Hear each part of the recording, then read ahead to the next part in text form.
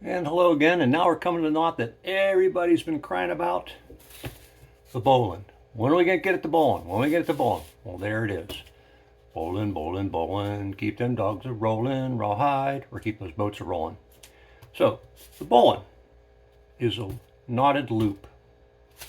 So that way, number one, you have a knot that's easy to untie, and then you got a loop you can do a lot of stuff with. For example, here's your cleat. You come up dock, you're not going to stay very long. You can put it around the cleat. And likewise, if you come up to a post, you can also put it around the post. All right, kind of keeps you there. Now, one of the things about the bowline is you can modify it. So for example, we take this bowline and I can turn that into 2 half hitches. You basically flip it over and spin it around.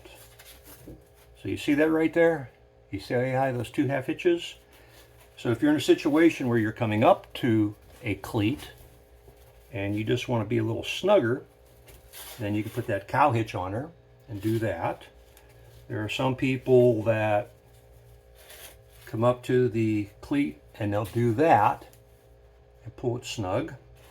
And then likewise with a post, you come up to a post and you can also put it over there and snug it down, considering you have a lot more space than that. If you had a smaller post, like say this little peanut butter jar I got right here, you can go there, you can snug it down. And it gives you a little more security. Don't always have to use it. Sometimes the simplified bowline will work. And again, you're basically just going to put it around something to hold you in place. So now, tying the bowline. Now, here's an interesting thing. So the first thing you want to do, and a lot of people really don't pay attention to, is how much line do you need to tie the bowline? And I would say, from your starting point where you're holding it in one hand, pay out enough line. So maybe it's like the length of your arm up to your opposite shoulder. That gives you your length of line. So from the standing end, you're going to bend the line,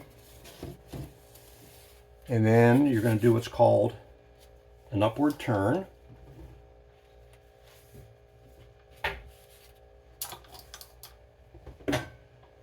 And then here's the 2 friction points that are going to hold this knot together. Now, doesn't that kind of look like a fish? Yeah. So what do you want to do with your fish? You want it to get it to bite a hook, which is just another bend in the line. So you did an upward turn. So you want to come from underneath. Okay, you with me on that? You bend the line, you do an upward turn, you come from underneath, and then you just hook that standing part of the line. So now see how I got this going through the hole? As I draw it tight, this loop snugs down and keeps this loop in place. So that's why it's a knotted loop. And then you got a nice little pigtail inside your bowline, and you're good to go. One of the more relatively, or people perceive it as a relatively complex knot. Kind of easy the more you do it. And you just got to sit there and practice. But, building on what we talked about already, you make a bend or a bite. You're going to make a fish, which is you make an upward turn for fish that you want it to bite, a hook. And then if you do an upward turn, you're going to come from underneath and you're going to hook that standing part of the line and snug it down. And there you go.